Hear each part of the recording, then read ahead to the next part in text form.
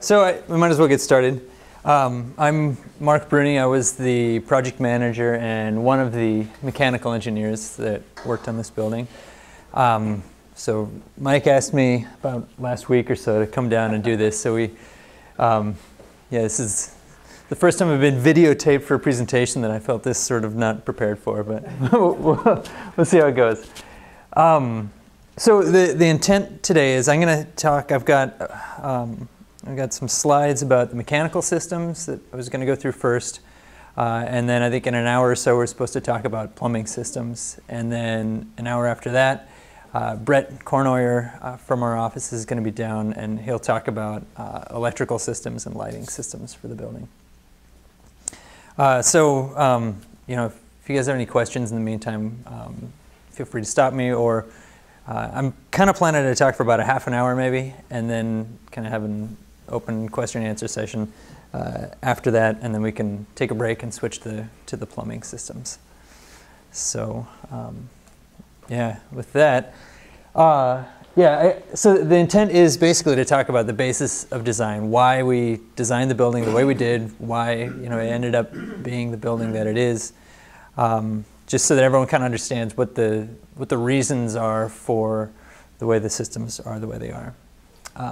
So back in 2010, when we started working on design for this project, we put together a basis of design document. I went back and looked at that to see, what were we thinking back in 2010? And we had a mixed-use building, the same as now, academic space, for about 85,000 square feet, 90,000 square feet, I think, for the residential space. One of the really big things we talked about was a building that teaches. So the energy management program was, really in the forefront of the initial discussions of this building. And we really wanted to make a building where we exposed all of the mechanical systems to the greatest extent possible, made them available for students to be able to interact with. A number of the mechanical systems that ended up in this building are in this building really because the energy management program wanted them. The boiler is there primarily because the energy management program wanted it. The cooling tower is there because of it. We ended up integrating it into the building design and used it to basically as a value engineering measure to remove some of the geothermal wells, and we did some things to try and make use of it also, so it's not just there for the energy management program. But a building that teaches was a big deal from the very beginning, and it stayed that way throughout. Energy and comfort were the other things. Energy, because it was, it's the home of the energy management program, it wanted to be a very energy efficient building. In 2010, we were talking about being living building ready. We talked about the Living Building Challenge initially, which sets a number of mandates basically for the building that you have to be net zero energy, you have to be net zero water. Ultimately, it was sort of determined that was not really appropriate for this building, and we ended up with LEED Platinum and LEED Gold as the goal for the building. So the academic side, LEED Platinum, LEED Gold for the residential side. So this eye chart here lists basically what our goals were early on, what the projections are for how the building is operating or will operate, and what we've achieved. Early on in 2010, we talked about an energy use index, an EUI, so how many thousands of BTUs the building uses per square foot per year, on the order of 10 to 13 to meet that sort of net zero ready goal.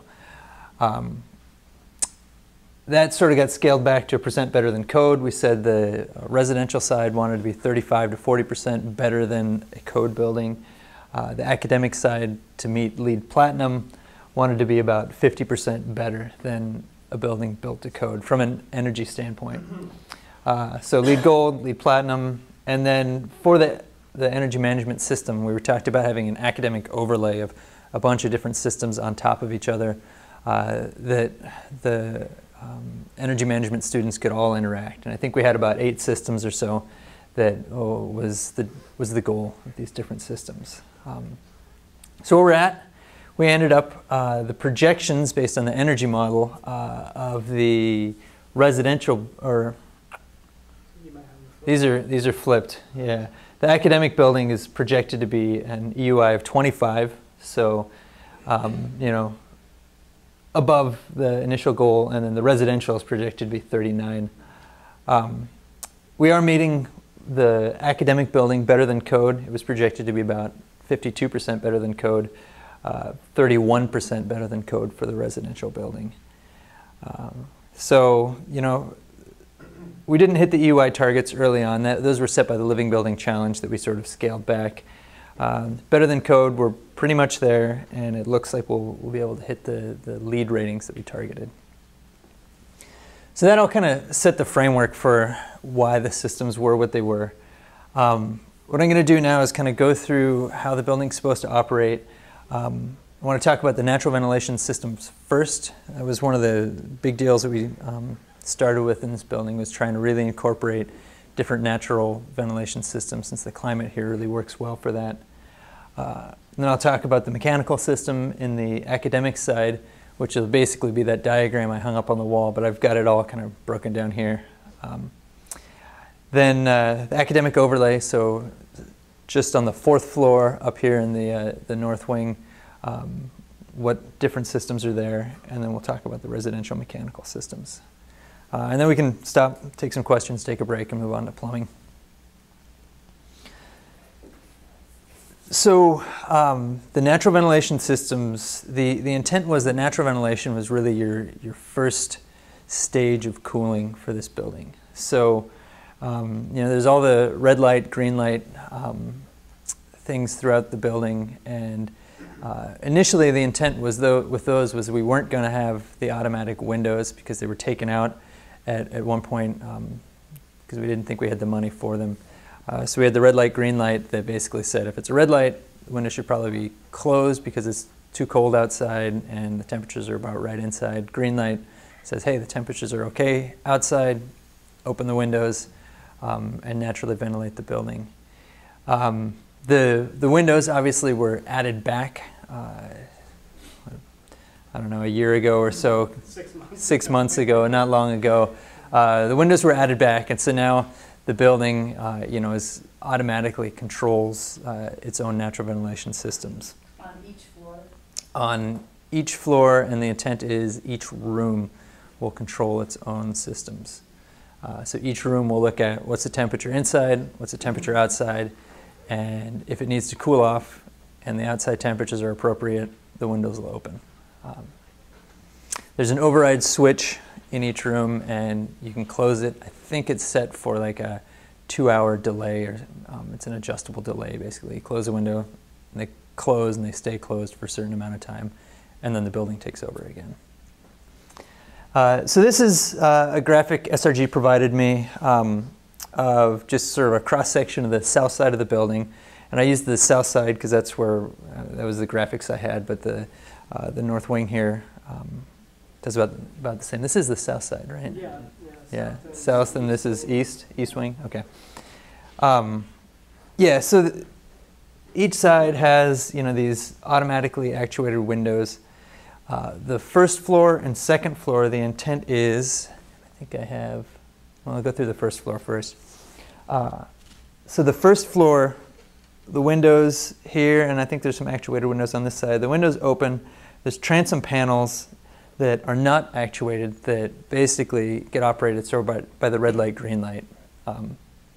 You know, you open a panel and it allows the air to flow through the windows into the hallway, and then the path is that it goes down the hallway into the atrium space, and then high in the atrium are actuated windows on the 4th floor. So those actuate, and then there's a stack effect, the same as a chimney in your house, that just draws the air out. So it's natural convection. It's natural convection. There's no exhaust on the roof that opens and all these windows open? No, there's just windows that open up. Well, and not for the first and second floor, but there are for well, and it's not, third and fourth floor system. there's the turbine ventilators, but they're just wind driven also. So there's no fans that drive any of that. Oh, so they're just a roof turbine. Yeah, it's just a So little as roof the heat turbine. comes up, they're going to spin. And Yeah, exactly. So question, if there's let's say a weather event outside, do we have a weather station that will close these windows? Repeat the question when you hear it. Oh, yeah. So the question was, is there a weather station that will close the windows if there is a weather event? There is a weather station upstairs. I'm not sure right now the programming whether or not it closes the windows. Yes, It does? Rain, wind, temperature, and 24-hour forecast, it will close the windows or cancel a night flash. Okay, so Mike was just saying, yes, it will close the windows if there's a weather event. So these, in a night flush, then you got windows that are opening on the first floor automatically?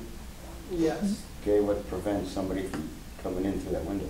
height and screens. Pretty tough screen? No, but the windows are, I think the bottom of the windows are 8 feet off. I mean, I was a young hooligan, so I mean, I'm thinking vandalism and damage. Right. You know, I'm always asking that question with this building, you know, with your solar and stuff, you know, how vulnerable is it to abuse? Yep. Yeah. And the short answer is yes, there's vulnerabilities potentially, depending on what people are willing to try. Yeah, and we weighed the risk and the benefits. And it's all, I mean, adjustable. If you wanted to not open those windows, it could be reprogrammed and say, Yeah, okay, I mean, these night windows flush stay is gonna closed. happen at 10 o'clock at night and stay It will. open until 3 in the morning. Yep. That was my prime times.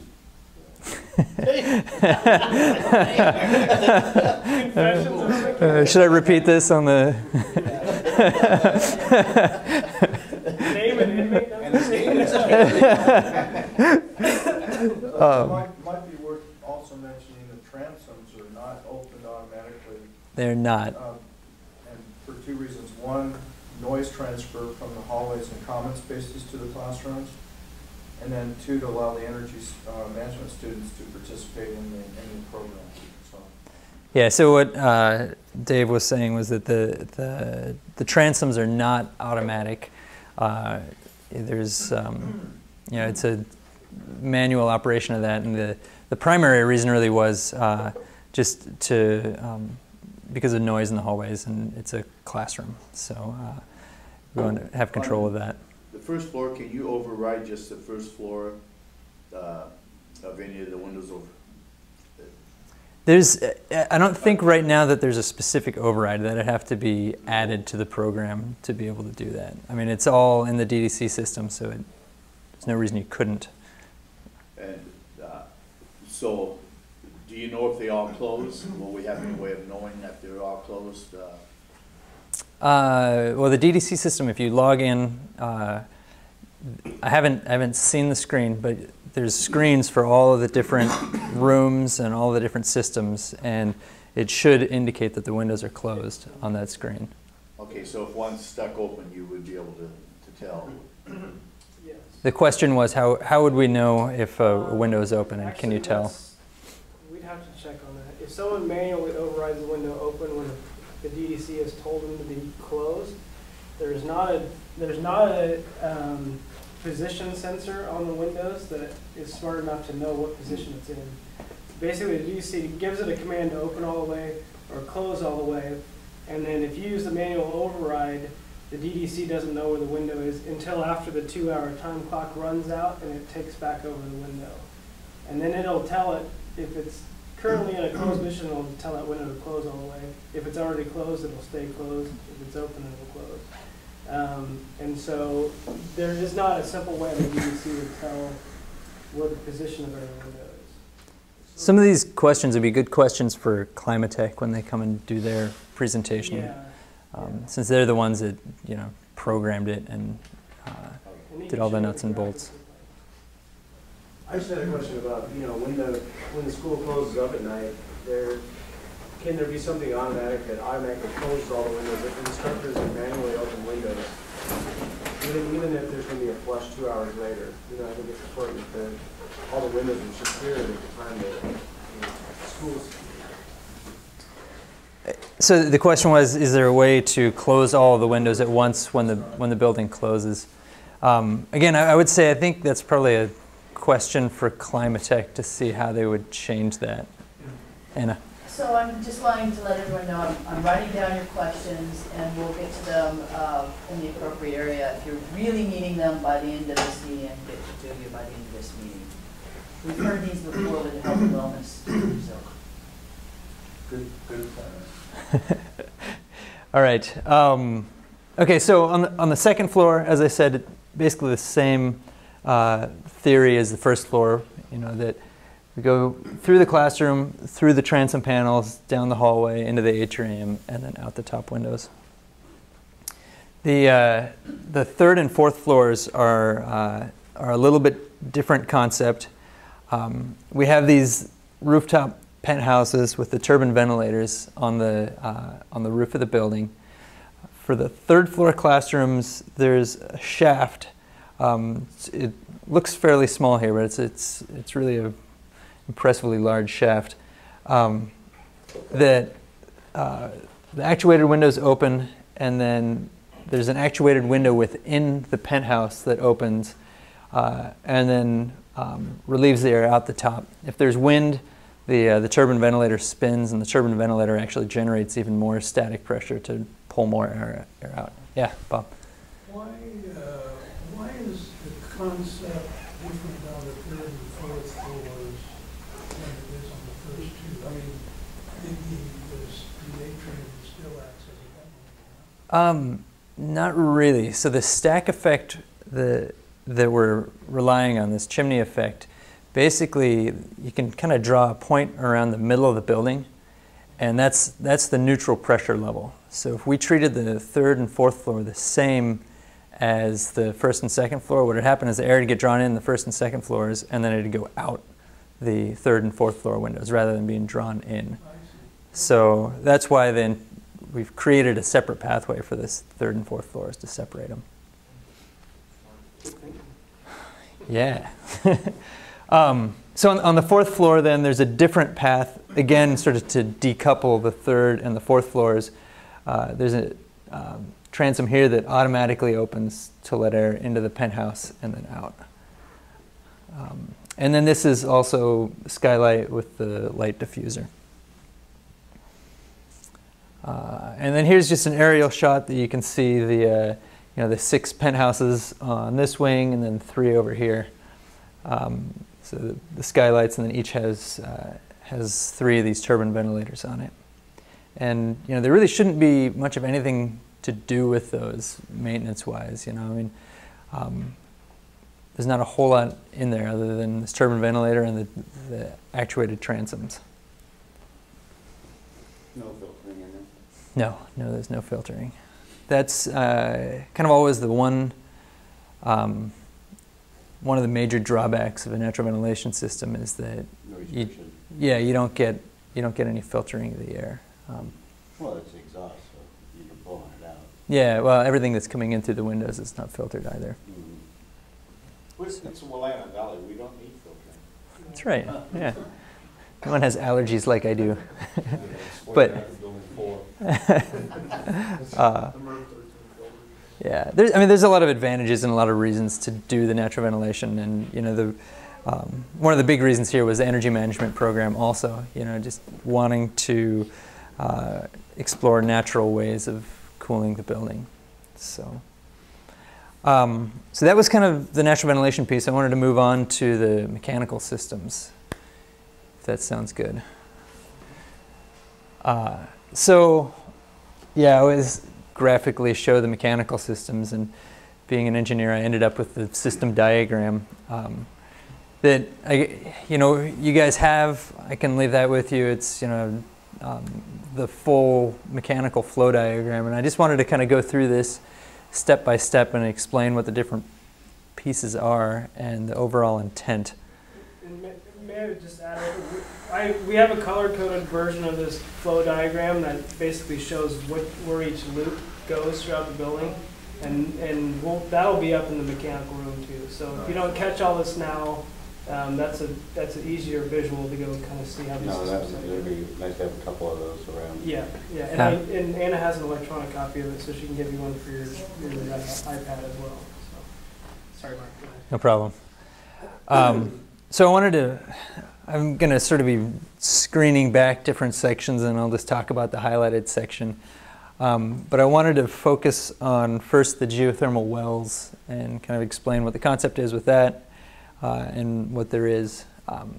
So the building has 50 geothermal wells that are under the building and in the courtyard.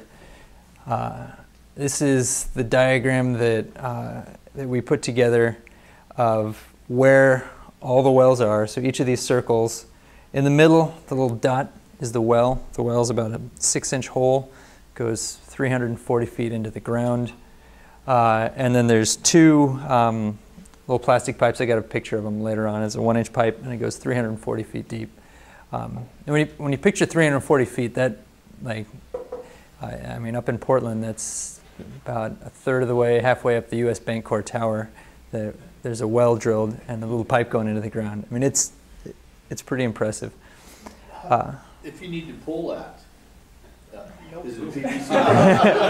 Nope. Yeah. This is a one-shot deal? Yeah, yeah. And the longevity of these systems has been very good. There shouldn't be any reason you need to pull it for the life of the building. To protect the HDPE pipe. So that's when you cut and cap when you have a problem with one? Yeah, you shut it off at the manifold, you never look back. Yeah, yeah. And the building has, the boilers and cooling tower that if something like that happens, you can sort of make up with that. Each of these little boxes here is a manifold. Each of those manifolds is throughout the building. I think this one, I want to say, has a plexiglass cover, and this one here? Oh, sorry. Or this one? This Those one two? in the main atrium, and then this one in classroom 106. And the intent was just to sort of expose it.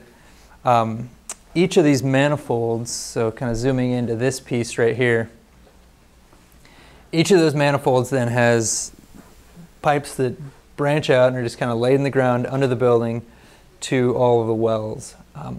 I think what we ended up with was a shutoff valve for each manifold, a single shutoff valve, and then these are all laid out so the overall distance of the pipes is about the same. It looks like this one looks way shorter than that, but it then has 340 feet down, 340 feet back up. So they're all within about 5% or so in length. So And that, they coiled as well to make up the horizontal. okay, yeah. So the system, and then this is very short. That's like 6 feet or so. It's called a close coupled header. So it sort of self-balances, and you get the same flow through all of them. If there were a problem, you were losing fluid, and and you determined that one of the wells was bad through, I'm not quite sure how we would determine that. I'd have to get figured out later. Like I said, usually the longevity of these systems, there's not, I've never heard of that happening. And we have tried that. We have mastered that because someone put a stake through one while they were doing landscaping, and we do have valves on each supply and return link for each well. So you can shut off one of these, and then you could cut a well, cap it, and and cut that one off. Is it one circulating pump for all that? Yeah. I'll get to where the pumps are. But yeah, there's there's one pump and a redundant pump in the mechanical room to circulate through all of that. So yeah, and then this was the diagram of the wells. Like I said, 340 feet, 5¼ inch round bore with a high conductivity grout in there. And then the concept is that the ground is about a constant 55 degrees here. There's reasonable water flow through here from the hills into the Willamette River, so it kind of flushes the heat out of the ground. These then feed back into the building's condenser water loop, basically, and the chiller and the heat pumps in the building draw heat off of this, and then this basically using that constant ground temperature that's at about the right temperature that heat pumps like to either make cold or make hot. And it just makes for a really energy efficient system, whereas otherwise you'd normally have to be firing a boiler and running a cooling tower to cool that water down. You're using the ground to do the same thing without having to pay for it. That's a well casing? There's no casing, and there might be a couple casings. There's a couple but casings in soft spots, but yeah. First 40 feet we had to kiss them, but generally it's not. So actually the water is heated up by the ground. It is, yeah. but it's not hot geothermal, right? It's just Basically dissipates the really cold or really hot water from the building out, and it comes back at 55 degrees Okay. to start the mechanical process in the building. yeah. So, when you drill down, right? Mm-hmm. And then you laid the pipe down, you went 20, 40 feet of a casing, then how'd you get the pipe down? Just curious. Mike could be the one to answer that. Yeah, how the so- pipe went down. So we drilled the holes, and then only had the case for materials falling back in the hole, basically. Once we had a hole established, you basically, your HDPE pipe with a U fitting already welded on, and it's all heat welded pipe. It's this, just like that. Yeah, and then you, basically it's on a big spool, and it's all one piece per well. And you feed it down into the well, and we keep it on pressure test while we're installing it and while we're grouting it back. So basically feed it all the way down, and you know by the counter on the spool if you've hit 340 feet basically. And the bin's flexible enough to bend? It's pretty rigid. Those spools are pretty big. You know, the inside of the spool where it's at the tightest is a pretty big diameter because it's not that flexible. But yes, it does bend a little bit and then straightens out pretty good through the hole. And then keep it under pressure, grout it solid, and then cap them, and then the mechanical stuff came back and tied on to them. So. Yeah, it was. I don't know. You guys had some challenges with the river rock. Some of them were collapsing, and Yeah, there's a bunch of pea gravel and some river rocks, and so bedrock is about 40 feet down, and we had to case a lot of them down to 40 feet, and then and then state made us pull the casings back out actually. So we had to fish them back out of the hole too. yeah. Yeah, the other thing from a design point that was pretty challenging was all of the footings of the building. So none of the wells are actually under a footing. So I mean, you can see these are all the footings. So we ended up, we could have gotten a few more wells in here. This is where your rainwater reclamation tanks are. There's probably a few other spots, but the site is pretty full of wells. They want to be at least about 15 feet apart. So that's what set the distance from them. You can make them closer, but you just start to lose capacity as you do that. So like I said, there's 50 wells, and that's not enough to heat and cool the building through the peak times. I think these last couple of weeks, I know the boiler's been running, I think, just about full out. And that was sort of one of the benefits that we had from the energy management program wanting the boiler, was that we could reduce the number of wells and actually fit them all literally on the site without having to drill them even closer together. So the wells are intended to probably serve 80% or so of the building's heating and cooling needs, because during the shoulder seasons, when you're not really at a peak heating or cooling, the well should be able to handle everything. But when you get to the coldest months of winter, the hottest months of the summer, you're going to need the supplemental systems to kick on and make up the difference. And it's basically just a strategy because the wells are expensive to drill, and if you have a boiler anyways, you might as well use it for those peak times. So I wanted to kind of go through the rest of the system then. Over here, what I was focusing in on these are the pumps. So there are, P101 and P102 are your main condenser water pumps. And they pump water around the entire condenser water loop. There's a series of control valves that direct the water through the well field, or limit some of the water through the well field depending on temperature. So it looks at, do we need to run it through the well field? Do we not need to run it through the well field? And it directs the appropriate amount of water through the wells. Because the wells are sized not for the entire building, you can't run all of the water through the well field. So this takes about half of the water, and sends it through the well field, and then the rest would bypass straight through. These pumps are on variable speed drive, and they control based on differential pressure that changes as other components in the system shut off or turn on, and are sort of opening a new pathway for condenser water. Yeah. is AS1-01? That is an air separator in front of the pumps. Yeah, AS101, the question is what is that? And that's an air separator device.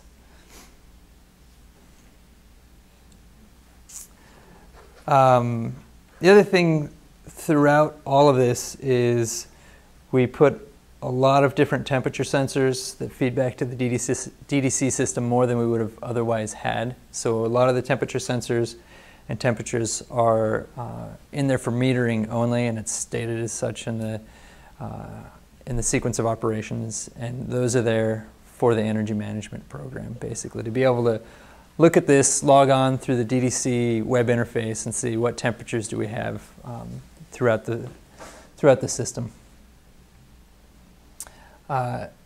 So focusing in here on the boilers and the cooling tower, I already kind of touched on this a little bit, but there's two 500 MBH condensing boilers, and then the 50-ton cooling tower on the roof of the building that I think is being commissioned today, it sounds like. HX101 is in the mechanical room, and HX101 basically separates the cooling tower, which is an open system, from the closed system that's your condenser water. So, the water from the cooling tower does not mix with the condenser water loop. The heat's just exchanged in that heat exchanger. The cooling tower serves sort of a secondary purpose for the solar hot water system.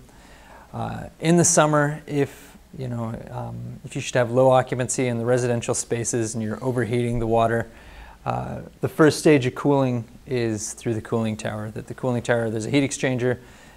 It'll open up, and and if the cooling tower is filled, it'll start rejecting heat through the cooling tower to cool the water off from the domestic solar system. There's just domestic solar cooling. It's nothing to do with building cooling. Doesn't work off the chillers. It's just the solar loop.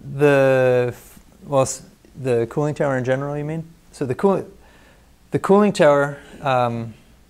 The question was, is it just for the domestic solar? And no, the cooling tower also, it's supplemental cooling when the geothermal wells aren't enough to cool the building. So when the chiller in the building and the heat pumps are all in cooling mode, their capacity is more than the total capacity of the well field, and the cooling tower has to kick on in addition to be able to cool the building down. The cooling tower is a drain back tank. It's a manual drain back. There's basically, through the DDC, it's a manual. You open the valve in the DDC and the water will drain back into ST101. And then it's a manual fill through the DDC. P1-18 fills the cooling tower back up when you want to fill the system. B101, B102 are the two boilers. They're down in the basement. They're condensing boilers. They want to generate fairly low temperatures to operate at their peak efficiency.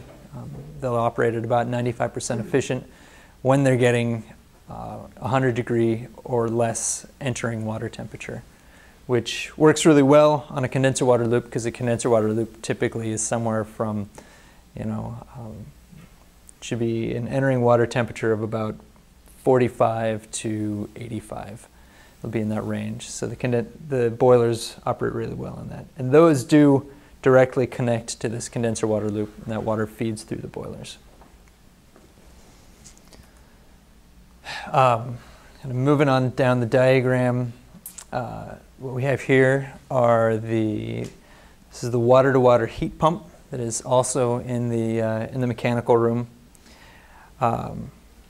What this system supplies is the heating and cooling water for the 3 air handlers that are on the roof of the mechanical building. We wanted to do a water-based system rather than a DX system, so that you could better control the air temperature for those units. So what this will do is, if the building is in a cooling mode determined by the space temperatures, this thing will generate cold water, and it'll feed that cold water to the coils that are in each of those air handlers. As you get into a shoulder season, that thing will sort of produce neutral water temperature, and then in a heating season, it can reverse the cycle and produce hot water that feeds to the same coils and and heats the air that's in those air handling units. The air handling units they're ventilation only air handling units. So the primary source of heating are the radiant panels that are in the building. So these are all radiant panels. There's water flowing through those. And that's also the primary source of cooling. The air handling system, there's terminal units that control the airflow from those air handlers. They're based on CO2 sensors in all the spaces, and they basically open up the airflow to the space when there's a high CO2 level. So like right now, that box is probably at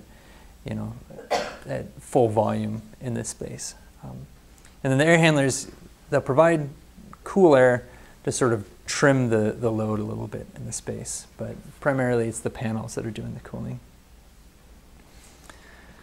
What else on this? There's P106, P107 are redundant pumps. So one of these pumps operates and they flip-flop based on a time schedule. These are also on variable speed drives.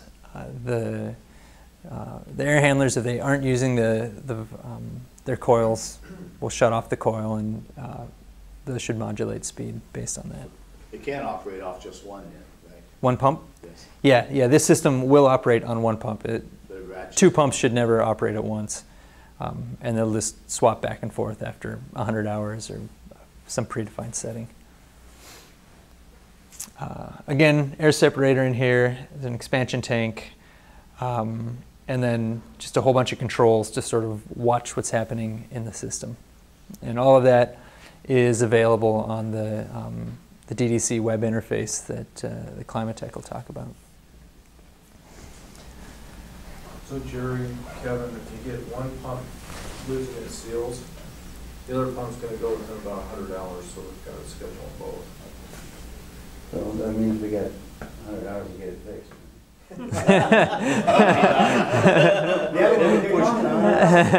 You sit your realist. And do nothing else, you just have to use that 100 hours. Just put the other one in the hand and... Yeah. Next up in here are this is the loop for the heat pumps that are throughout the building. So there's about, 15 or so water to air heat pumps that are used for sort of spot cooling in the building. The water to air heat pumps was something that the energy management program specifically asked for. We wanted a few of these in the building. So the pumps P108, P109 basically take water from the condenser water loop and pump it through the building for the water to air heat pumps. And I don't know if the next slide ahead, so you can see it on the diagram, sort of on the far right side of the diagram. There's a number of water to water heat pumps. There's a bunch on the first floor, and then 4 on the floors above.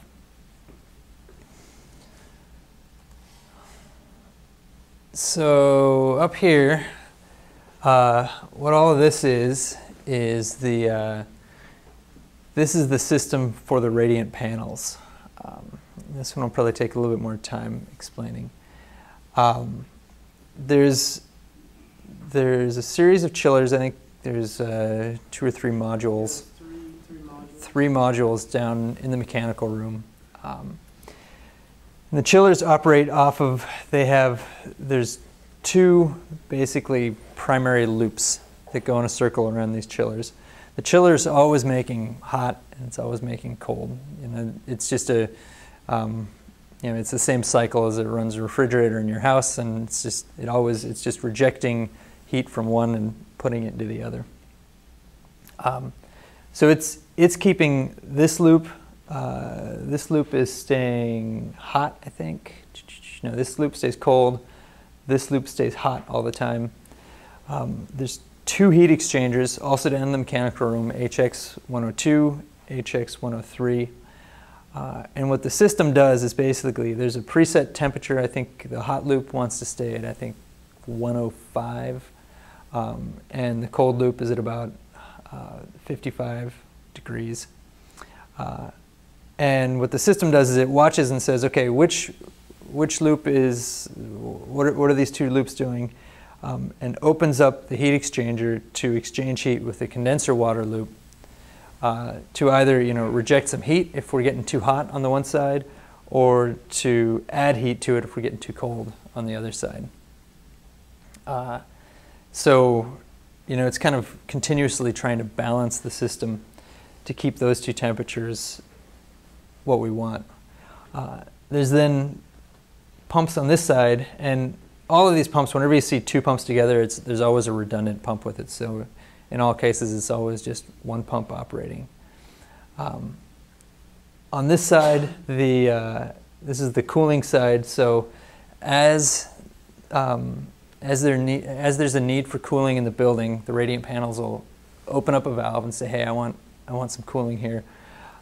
These pumps react to that because it changes the differential pressure within the system, and they'll provide cold water from this cooling water loop basically to the panels. The same thing basically for the hot side, that those pumps, as valves open and say, hey, I need heating, those pumps will start operating. Is there two individual coils in these panels then? One hot, one cold loop? Or are these things blending at these panels? These panels, it's a changeover system. So there's I think, I want to say there's 4 zones. I'd have to look at it on the diagram. It's been a while since we laid it out. I think there's 4 different zones. There's basically the north side of the south wing, the south side of the south wing, the east side of the east wing, and the west side of the west wing. They can all be either in heating or cooling, and they change over as a whole facade.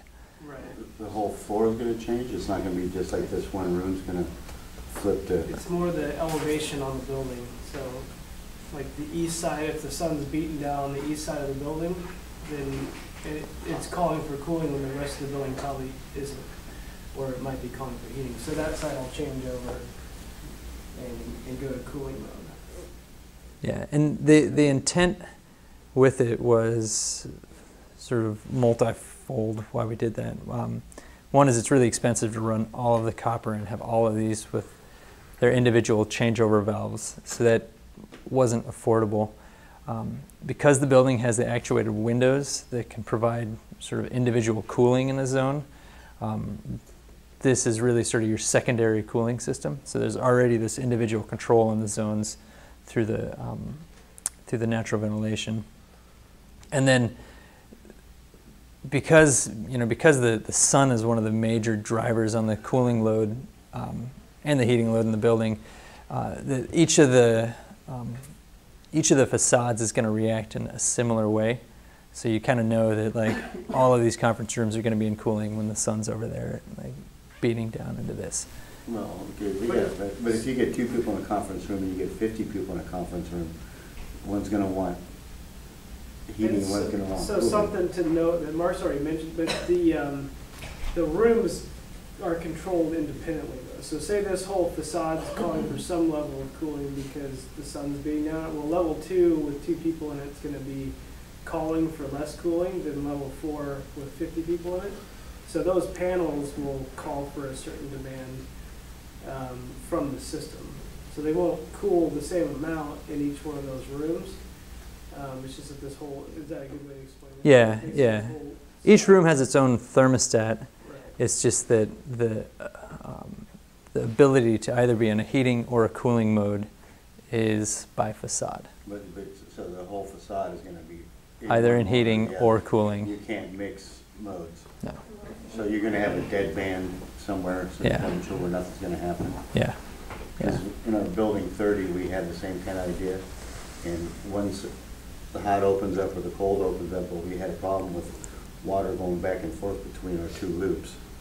And so we were having chemical and pressure issues. Anna? Yeah, Mark, I wanted to make sure that you went over your intent a little bit more clearly for this idea. First of all, you know, we're kind of discussing the secondary systems. In other words, natural ventilation is the primary system. Mm-hmm. The secondary systems, of which you've gone through several of right now, are meant to supplement the natural ventilation. Natural ventilation works on a room-by-room basis, depending on the occupancy. Certain things happen in the room Right. automatically. Right. And then there's a major thing that has to happen manually with the transom, or we don't have flow out of the room at all. Mm-hmm. Beyond that, these additional systems supplement what's going Right. on. Right.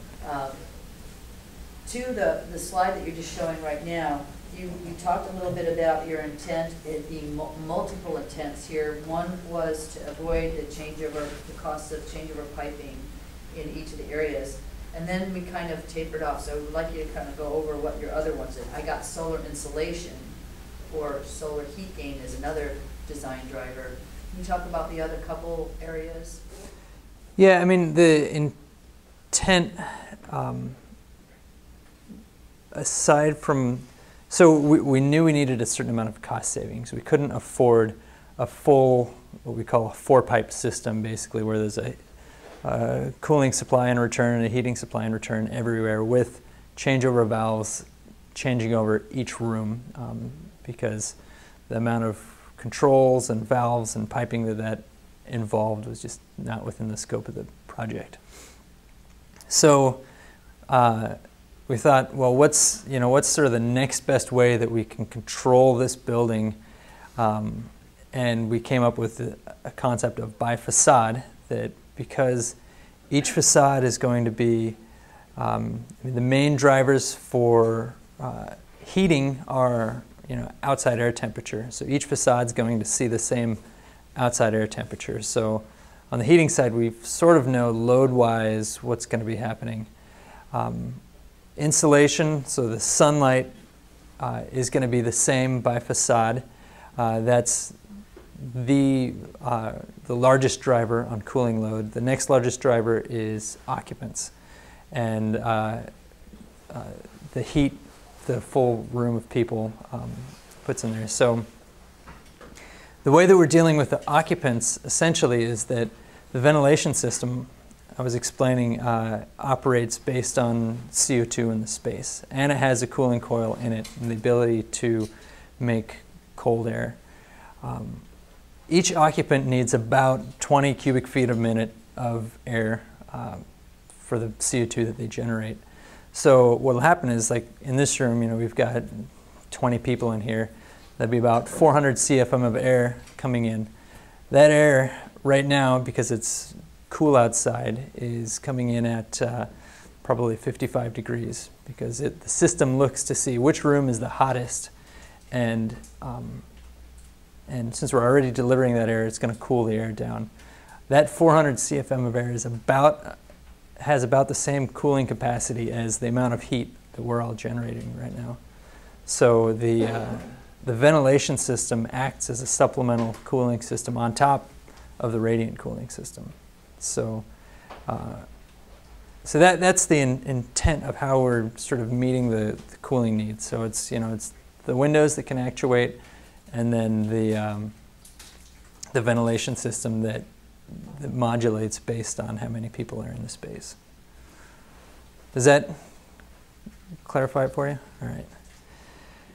I think that's about it on this. Again, so I sort of grayed out a lot of the control points. Each of these are the VFDs. All of the VFDs feed back to the DDC system and provide information about the speed that they're operating at, the amount of power that they're using, whether they're on or off, if there's any alarms, and that's something that is accessible to the energy management program if they want to track and see what's the system doing, along with temperature sensors throughout this whole loop to see what temperatures are we at.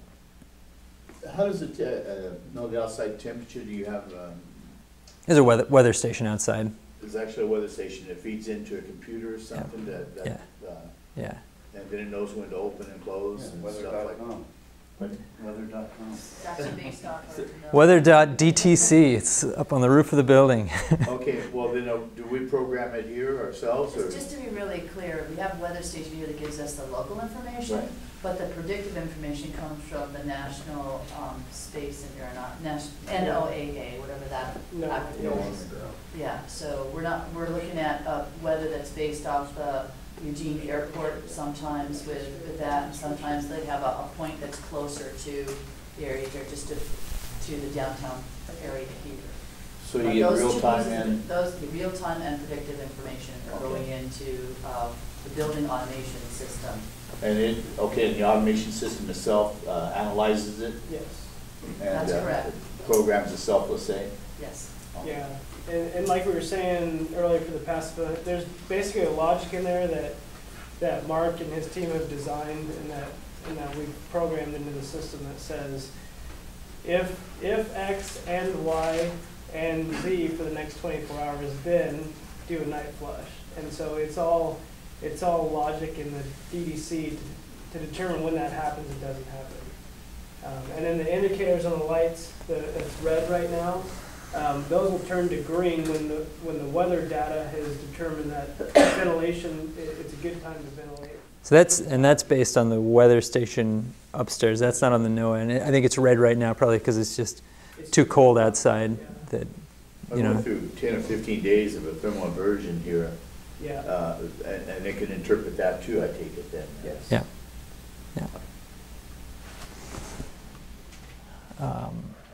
Yeah. So on this side, and this is on the same diagram up here. These are all the radiant panels. These are the changeover valves that we talked about. So there's 1, 2, 3, 4, 5, 6 of them. There's actually 6 different zones throughout the building that change over on the first floor, and then there's a riser that serves floors 2, 3, and 4 basically in panels in a stack. So, and then it's divided into the east and the south wing. East wing has a west zone, a north zone, and an east zone, basically each of the facades. South wing and north zone, an internal zone that's almost always going to be in cooling, and then a south zone.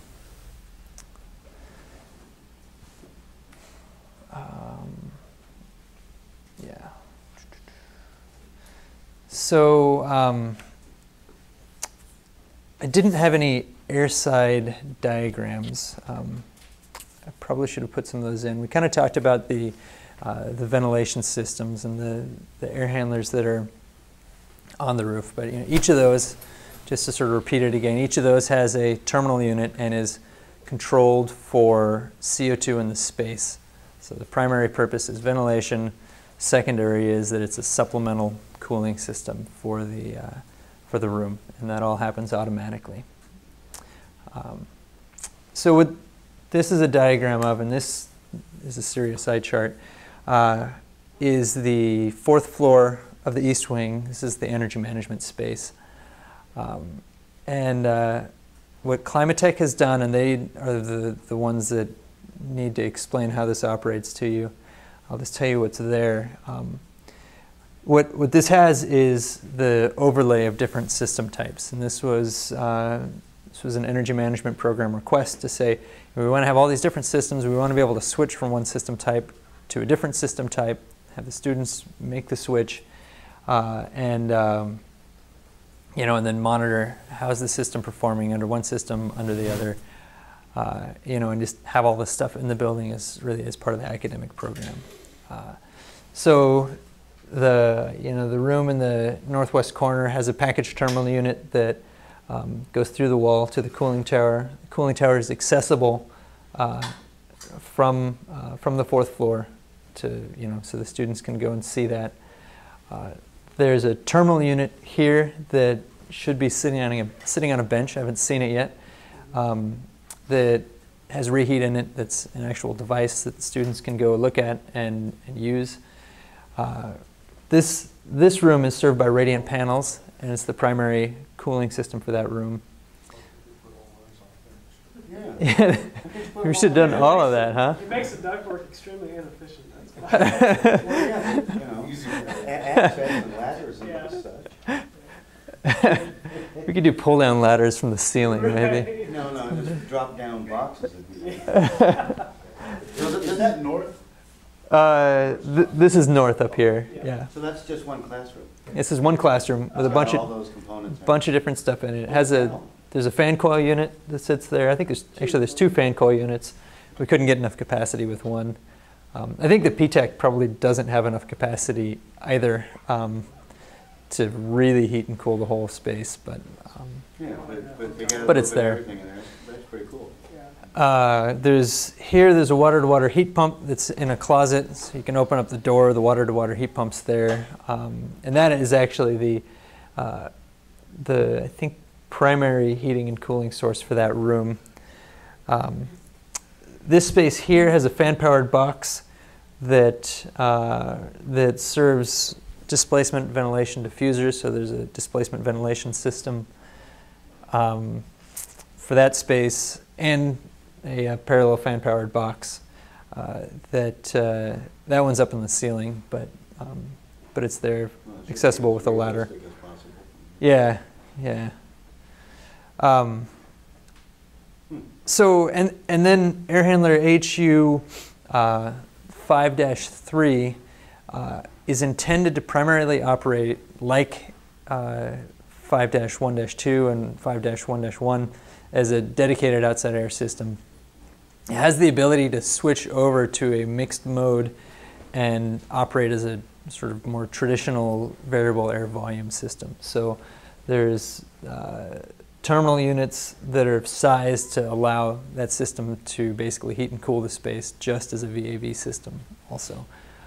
They're electric reheat terminal units, so they're not, it's not an efficient system, but it's a realistic system that energy management students would be likely to see. They're what? It's not a hot water reheat. No, it's not hot water reheat. There was, we didn't have hot water, hot enough water up here to really be able to do that. And since it wasn't the primary system, and an electric reheat is a pretty typical system you might see, it seemed like you might as well just do it with electric. So, so that's what's up there. Within the DDC system, there's an ability to basically switch from one to the other, and Climatech was the programmer of that, and I'm very curious to see it. Anna. So air handler 5-3 serves this room and any other rooms on the 4th floor? Serves the conference room, but I mean basically the rooms that are visible here is what it serves. Okay. It serves that wing. Yeah. And then it basically serves that wing. 501 does the south wing, and then 502 does the east wing on levels 2 and 3, and then all of 1 around the back to the housing building. So 503 just does the wing of the 4th floor. The reason I'm asking is that there's been a lot of questions about the controllability from the energy management program. And, how's that going to affect the other occupants? Yeah. I've been trying to say it's primarily going to affect the energy management overlay. This is a graphical representation for everyone to really see how specific it is. It'll affect basically the conference room up there, and the rest of it's their space. So. And I don't think they can shut off exhaust to the bathrooms and stuff like that. No, That's no. Something that they'll have to. There's, they are able to get to the DDC system. There's levels of control that we ask Climatech to provide. It's basically as a password protected system, so they can't get in and change set points in this room, say, unless they have the password to do that, which in theory they would not. So what I want to get on the training video is that we're going to have further and continuing conversations with the energy management group as they get used to all these systems in their rooms, and then kind of reach out and want to steward the building. How does that work? Yeah, that's kind of where like we're at. 3 or 4 solid days of controls programming education, and so that's where we'll cover most of that information. Yeah, I think it is probably best left to Climatech on exactly how that was implemented. Right, what I'm talking about is that internal to the college, Mm-hmm. we have our facilities group and our energy management instructing group, And those two groups are just starting with this building to work together to understand what each other's needs are. This is a perfect opportunity to mention that we're not leaving this is a start of a continuing discussion with these two groups. Yeah, yeah. And I mean, the system is flexible to be able to sort of change and evolve, I think, as, as the groups kind of figure out what the best approach is. You all good still? Yeah. Too much good information. So I think this is just about my final slide on the mechanical pieces. This is just a diagram of the residential systems, and what this shows is there's 4 air handling units on the roof of the residential building. They're air source heat pumps, so it's another system that potentially the energy management program could at least go look at. These heat pumps, they look at the current air temperature, ambient air temperature, and then they modulate the temperature of air that they supply to all of the rooms based on the temperature outside, and essentially a calculated amount of heating or cooling that the space would need. The spaces are not intended to be fully air conditioned. So it's a ventilation system. The windows and the insulation in these rooms and the air tightness is such that you really need just a very minimal amount of heating in the spaces. So the concept was kind of taken from, if you've heard of the Passive House program, it's the idea is basically that you can seal up a house well enough that internal loads and a little bit of heating in the ventilation air are enough to basically heat the whole space. So each of the rooms, each bedroom in the residential building has an individual diffuser that's fairly low on the wall. That diffuser has a damper, and the occupant of the room can either open or close it. That is the source of heating and cooling for that space. So it's really up to the occupant. If they want more heat, they open the damper. If they want to close it, they can close the damper. In the summer, since it's not enough to really fully cool it, that's why we put the damper low in the space, so that they could direct it onto them if they want to, sit sort of by the cooler spot in the room. Does that take care of just the bedrooms or all the rooms? It also supplies air to the living room and the kitchen area. Yeah, it supplies a little bit more air to that because it's a bigger area. Each of the units has a single. It's an electric duct heater in it that's fairly small. It's like a 1 kW heater, so it's it's a little bit smaller than like a space heater you might put in a room in your house. From a power standpoint. That's on a programmable thermostat that basically, if you want to boost, it feels a little cold, you can turn that on, and the idea is basically to give the occupants a little bit of control over the space. It's about enough power to add a couple degrees to the space. This system should be enough on the very coldest day to keep the space at about 70 degrees, 68 or 70 at when it's 15 degrees outside. So then if they want a little bit more, that gives them the control to sort of feel like they have some control over their space, and literally give them some control.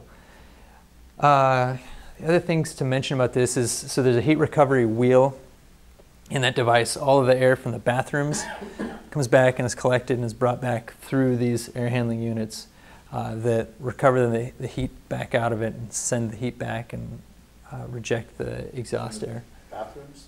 Yeah, Well, from the it's bathrooms. an It's exhaust. separated. It rejects the air, it just recovers some of the heat that's Yeah. being lost from the building. The airstream stays separated. Yeah. Think of it as a heat exchanger. Yeah.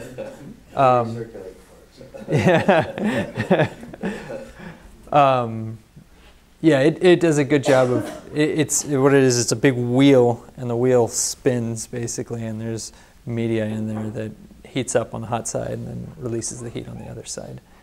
And it, you know, it's in theory you can use them in a laboratory environment to get heat out of, you know, from a fume hood. So yeah, so you know, if it's good enough for that, it's probably good enough to keep out bathroom exhaust.